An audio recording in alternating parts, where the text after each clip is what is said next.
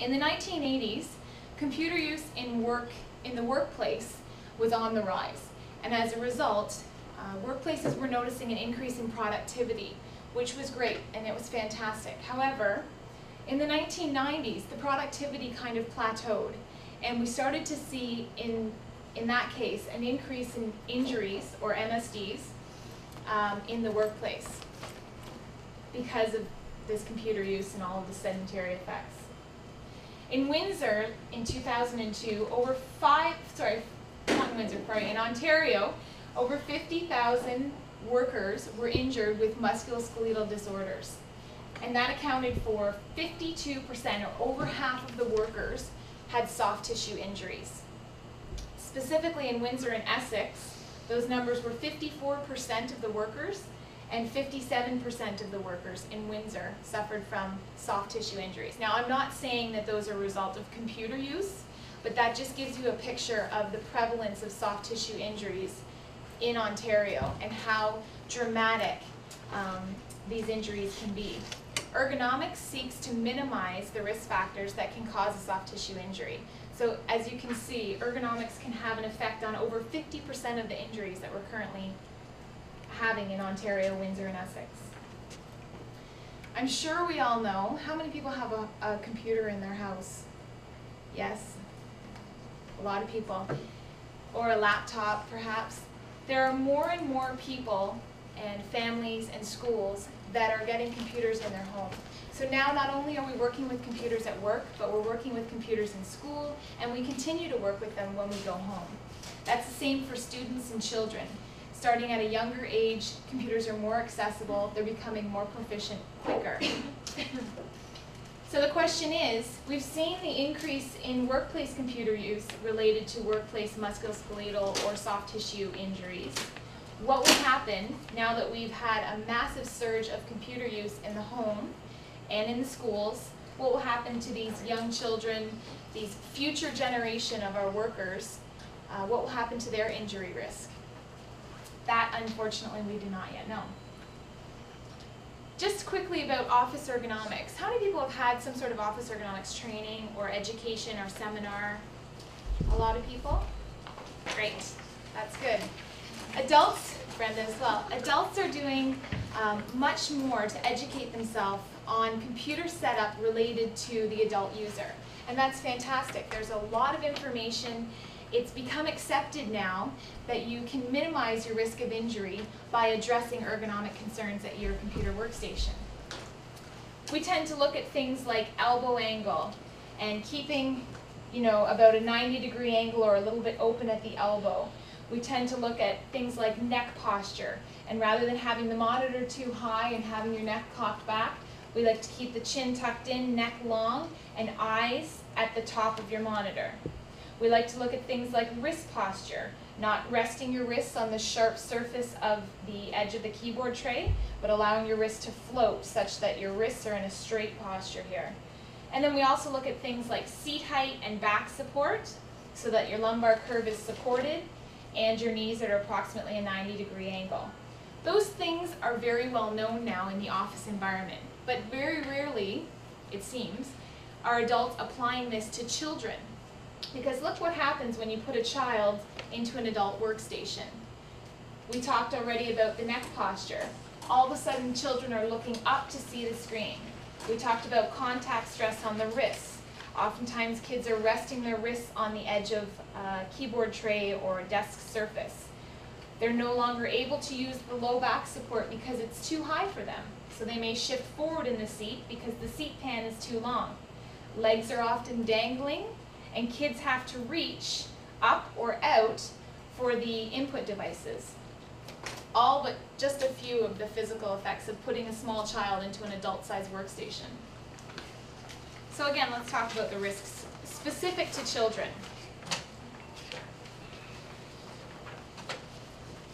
The problem oftentimes is that adults tend to think that kids are healthy, injuries are sport-related, they're not related to the computer workstation. Kids are adaptable, they'll get over it, they'll recover, no big deal. And again, they're active. But Stats Canada has shown us that 40% of 5 to 8-year-olds in North America are registered as overweight or obese. They're generally inactive. There was a study in Canada a few years ago that said that there was a specific middle school, and they would spend 5 hours a day on the computer. And that was a few years ago. So who's to say that maybe even now, with more computers, kids are spending more than 5 hours a day on the computer. And sport-related injuries, yes, that's true. Kids will sometimes be injured in sport, but more often we're seeing that children are also being injured from using the computers, just as adults were in the 1990s, and still are. Again, children are more at risk than adults because the workstation, as I mentioned, are simply too big for them. Imagine if I was to raise my chair and bring myself up like this was my workstation, and the keyboard was actually at my chest height or at my shoulder height. How strange would that look if you came in and saw me working at an office desk and I was typing up like this, and my monitor was up like this, and my legs were dangling, and I had no back support. For an adult, that would look silly, and we're trained to recognize that in adults, but with kids, we just take it for granted. Kids are naive. Kids are unaware, they're genuinely unaware of how long they've been sitting in a certain posture, or the fact that they haven't taken a break. They don't know how to adjust the workstation to suit them, and so they don't adjust it. They reach for the mouse, or they look up to the monitor. And we're encouraging kids to learn. Technology is being thrown into schools, and we're really encouraging them to use the computer as a learning tool. They're no longer maybe as encouraged to play. They're encouraged to learn on the computer. It's true, stats have shown that kids that are great on the computers tend to get more A's. But kids that are great on the computers don't learn things like grammar, punctuation, spelling, and they lack some of the activity level that other kids that are more active tend to have. I'll quickly just go over some of the research because it does get somewhat technical at times, but I always have these research papers if anyone's interested in having more specific information. In Australia, they started a long-term health effects study in 1995 where they investigated 1,500 mothers and their children, how the birth went, and all sorts of medical issues, but they're also looking into the use of computers and how that has affected children's memory, learning, and some of the health effects. So since it started so recently in 1995, we have yet to see the effects. It's only been 9 years. But that is a plan to take a 15 or 20-year look at the effects of computers on children born in and around 1995 to 1997. There have been several intervention strategies, and by intervention I mean ergonomists such as myself would go into the workplace or go into the school or go into a home and reorganize things, set up things a little bit differently, and then we'd reevaluate how effective we were in minimizing the risks associated with computing. And again, each of the ones in Australia and Canada have said that ergonomic intervention has decreased the risk of injury. So it is effective to make these changes. We also have seen studies coming out of the US, anywhere from 99 to 2000, talking about muscular effort and overall posture. So does it really make a difference if you have an ergonomic setup on how hard you're working in your low back, on how much your muscles have to work in your shoulders? Does that make a difference? Is there a recognizable effect on the postures overall? And yes, the studies have concluded, each study has concluded that muscular effort and posture has improved. So less effort, better postures with ergonomic intervention. There was two studies done in New Zealand and the US on ergonomics awareness. Are people aware of ergonomics? Are they interested in bringing ergonomics into schools? And more often than not, the one in New Zealand, for example, 80% of the teachers wanted to have ergonomics in the school and thought it was important for the children to be learning about ergonomics. It's also important for the schools to become more ergonomic and to have more ergonomic awareness and furniture in the schools. And the teachers agree with that as well. There have also been several discomfort questionnaires. So what are these children actually feeling? Discomfort often comes before injury. So it's important to, before a child gets injured, recognize if they're having symptoms of discomfort.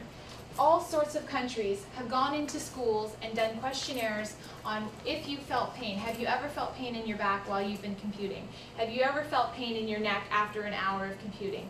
Eye strain, so on. And they're finding more often than not that symptoms are in the back, the shoulder, the neck, and the eyes. In fact, over 50% of the people, of the students that were asked in a US study said that they already felt back pain. And these were kids that were younger than high school students. Finally, there's been a new resurgence of the effects of addiction or dependence on the internet. And that's important because parents are having a harder time getting their kids off the computer. There's actually studies that show that females from 16 to 18 are more likely to become addicted, actually addicted to the internet. Things like ICQ, chat rooms, interactive games. And a study in Belgium has shown that kids will deprive themselves of sleep. It's come to that effect, where they'll actually go without sleep just to stay on the computer that much longer. I understand that places like Hong Kong and Japan are much more computer intensive than perhaps Canada, but that is the progression that we're going to. And it's something to consider, that we could actually end up having to deal with these kids that are addicted to the computer. So that's a bit on the research. In summary, the research is usually concluding with the idea that postures are excessive, they're awkward, they're static, and it's worse for students than it is for adults. The frequency, kids are on the computer longer, and they're on the computer doing fewer activities outside of computer use. The work periods are also getting longer. In high school, kids are sometimes on the computer for 1 or 2 periods back to back. That could potentially be 3 hours in a row of sitting on the computer in a really hazardous equipment work setup. We'll see that a bit later. The guidelines are also calling for education for teachers and parents. Like I've said, teachers are asking for this education. They would like it. They're seeking that information. And they're also calling for governmental intervention. There is an international organization dedicated to the use of computers in educational environments. And it's also asking for the governments to get involved and start laying down standards or guidelines for individual provinces or countries to follow. I just wanted to take a moment to take you through a couple of examples of maybe typical setups that you might see in schools and how to identify what the problems are, or just the obvious that the equipment does not fit. You can see the size of this child, and this is not uncommon for young kids below the age of 5 to get on the computer for the first time. Look at the size of the mouse compared to the size of her hand. Her fingers are splayed, they're reaching out, she's holding that position for definitely a few minutes. The computer monitor is much too large for her. Her eyes essentially should be at the top of the screen, and here they are at the bottom of the screen. Again, with eyes being at the top of the screen, this girl is standing, or she might be standing on something, just to show you how high the monitor actually is. It's only on a desk surface, yes, but it's just too high, and the children will be forced to look up. We don't tend to look up, we tend to lift our neck and chin when we're looking at something that's above the horizon. Our eyes actually focus straight out on the horizon and down 30 degrees. So that's why we always say that the top of the monitor should line up with the eyes, rather than the eyes lining up with the middle of the monitor. Our vision does not go in a cone, it goes straight out and down 30 degrees. Again, if you look at the style of the desks here, this desk, they've made an attempt to bring the monitor down, which is good, but she can't push the monitor back any further because there's a wall that's in the way. The option is just to pull the desk out and push the monitor back a bit further. There should always be about 22 to 24 inches, now that's an adult's arm, between yourself and the monitor. You can see from this second picture, that's an adult's arm length, so that's where the student should actually be sitting. The student is way too close. and as a result they'll have trouble focusing. They'll be using more eye strain or more eye muscles, and can suffer the effects of eye strain much more and headaches. Again, we've already talked about monitor location, but very often when you go into schools, it could be lack of awareness or it could just be lack of space. They tend to put the monitors on top of the CPUs. So here you can see, I mean, it's just unbelievable how much these kids are having to look up. Here the monitor, again, is on top of the CPU. And finally, this monitor is not necessarily on top of the CPU, but it's lifted up on a platform. This is an extreme example of how much a child would have to look up. Again, talking about keyboard location, very common to see this in schools where computers are set up on a desk or a long banquet table. What can happen if you have an inappropriate height chair is that the child, instead of having this neutral 90-degree or a little bit open angle at the elbow, they're forced to do this. They close the angle at the elbow and their wrists cock forward as a result. So now you're looking at things like wrist injury, potentially carpal tunnel syndrome years down the road, and elbow, maybe epicondylitis or tennis elbow. Similarly, over here we've got the girl or the setup has been pushed back. The keyboard is on its feet, so she's cocking her wrist back, exposing all the tendons and nerves in the underside of her wrist. And then she's resting her wrist or her forearm on the sharp surface of the desk because there is an area where she's able to do that. She's also, since she's pushed the keyboard back, she's reaching forward, so she's having static contraction through her shoulder and possibly increasing her risk of shoulder injury.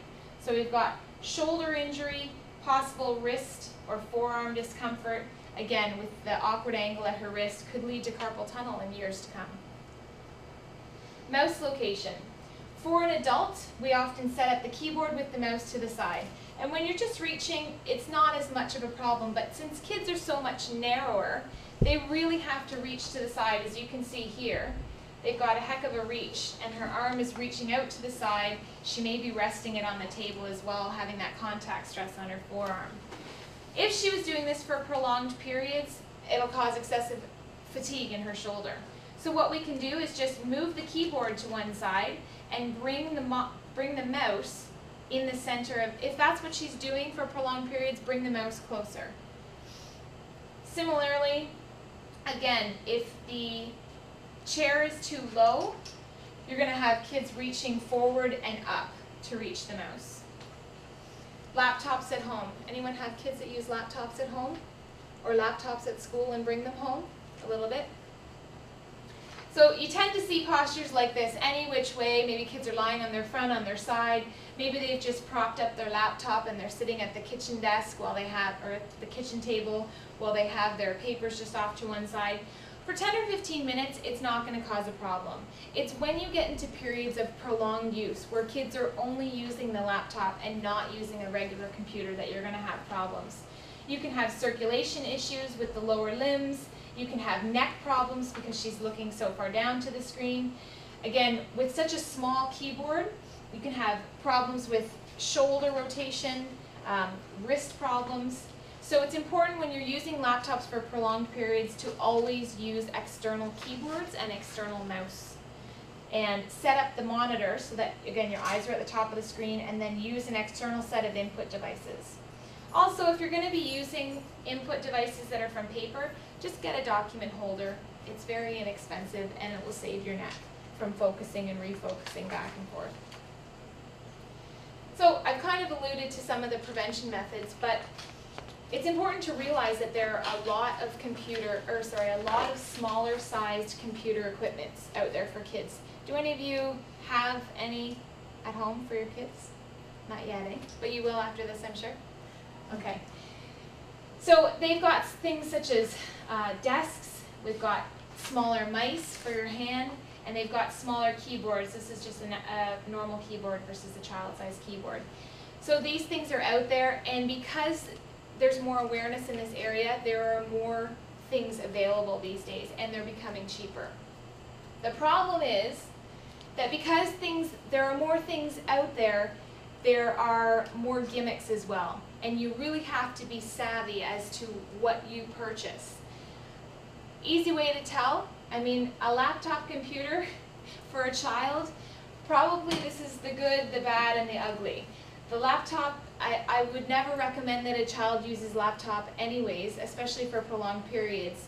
So buying a child-sized laptop maybe wouldn't be the best idea. The best way to tell if it's ergonomic or not is how easy is it to use? Is it causing a lot of problems to use? Is it frustrating? Is it extra steps? Is it very repetitious? And what does the child actually look like when they're using the equipment? Do they have this neutral posture that we were talking about? That's what you want to minimize. Any sort of awkward postures associated with bigger equipment.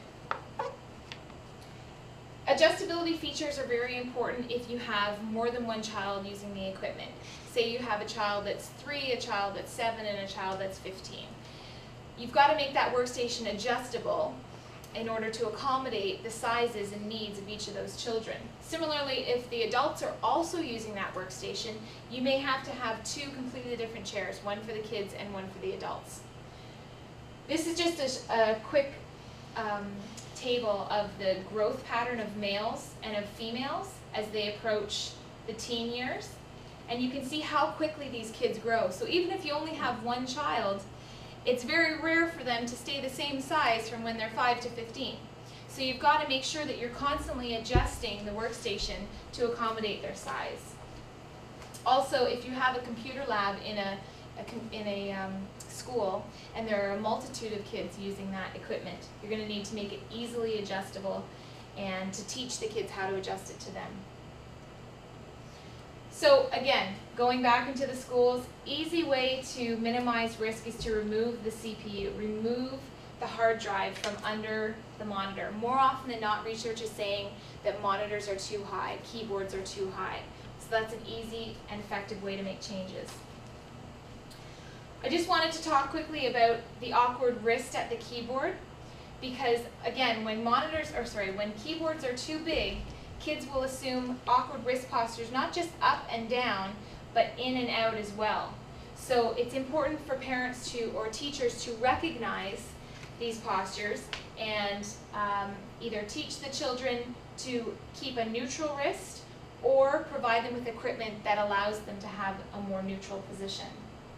Again, awkward wrists with the mouse. Mousing is actually supposed to be done from the elbow rather than from the wrist. And sometimes people don't realize that. When they put a wrist rest down, they're taking away the use of their elbow and they're pivoting from the wrist only. So that, again, can increase the repetition at the wrist. Pivoting from the elbow using an armrest is much more effective and decreases your risk of injury. This just mentions a bit about a negative tilt tray. Alan Hedge, who's an American researcher, strongly advocates the negative tilt tray. It takes away, again, any sort of reaching up, any sort of cocked wrists back, and it puts you into a more neutral position where you can type. It's a cheap and easy way for schools to lower the keyboard. We'll talk a little bit about home computer setup. This is, again, just a regular computer setup that has been altered slightly to meet the needs of a smaller person. You can see that they have pillows underneath her and at her back. They have provided her with a footrest and smaller input devices. Making sure that the kids' eyes are at the top of the monitor, you may need to raise the kid, as I'm saying, and provide them with a pillow underneath their seat. Make sure that their back curves are supported. So again, that may mean rolling up a soft towel and placing it in the small of their back, or providing them with a pillow that's already on a chair that has back support, just to shorten the seat pan so that their back can be supported when they can lean back on the backrest. Again, making sure that their elbows and knees are 90 degrees or even a bit more open. Feet are flat on the floor or on a footrest. And there are no sharp surfaces. The keyboard is pulled right to the edge of the keyboard tray, and they're not resting their forearms or wrists. Give them a break. That's the most important thing. I like this one picture here because it shows that kids are getting up and they're playing a quick game of patty cake in between their 10 or 15-minute session at the computer. Why not? Can you imagine if everyone stood up at work and played a quick game of patty cake? What do you think, Mark? Would that work out all right? Get it on. So we'll have a quick game of patty cake. You can suggest that to your employer. But it's important that teachers and parents take interest in monitoring their children at the computer. And if they can encourage them to take a patty cake break, then there are programs that kids often get a kick out of. It'll take them through a variety of exercises or maybe take them through a variety of stretches and will automatically pop up every 15 or 20 minutes. Just a 1 or 2 minute break. What can be done in schools? Well, we all know that no matter how perfect the equipment is, sometimes the students just like to laze around and kick back. 2 things about that. One, it's important to educate the students on postures and the importance of good posture while they're computing. 2, maybe they're assuming these postures because they've been sitting at the computer for 3 hours and they're truly tired. And why are they so tired? Maybe it's the fact that they haven't got supportive chairs or they haven't got adequate setup, and that's what's making them fatigue so quickly. So there are a couple things to that. Yes, students need to learn more about proper posture, but secondly, we need to provide an environment where the students are more comfortable and less fatigued. You'll often see setups in libraries, in classrooms where they have a computer lab, or even in science labs now. The one thing I wanted to point out here is when you get a multitude of students using the same work area, it's important that it's adjustable. And all too often we tend to see just standard chairs or even stools that are not supportive to even the perfect fit, the perfect size student, and they're definitely not adjustable. So working on a stool for a prolonged period of time, I don't care if you're 5 or if you're 65, it's not comfortable. Unfortunately, we're putting kids in this situation for hour-long periods, and they've got to be working at the computer. As I was mentioning, this is a picture from one of Alan Hedges' research experiments. And all he did here to change the situation was to provide the student with a keyboard tray. And it's almost a negative tilt keyboard tray. It's almost sitting on her lap. But you can see what a difference educating her to sit back in her chair using the keyboard tray has done for her overall arm posture, wrist posture, and support of the low back. Small change, not too costly, but very effective. It's also important in schools to consider the issue of lighting and indoor air quality. Indoor air quality is a whole other beast that our hygienists would be more than happy to answer questions if you should have any. But I can deal with some questions about lighting. We'll often see things in schools where computers are set up with direct glare coming in from the window. And what can happen is eyes become more fatigued as the lighting from outside comes off of their eyes and is reflected.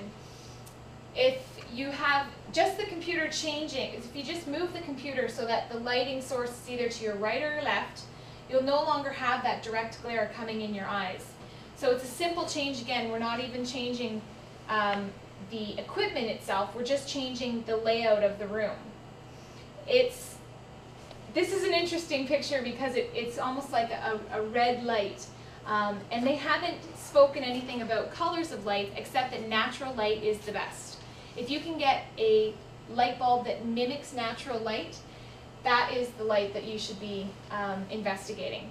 And finally, although this picture seems dark, this is truly the most effective lighting source for computer use. You should have half as much light for computer use that you have for paperwork.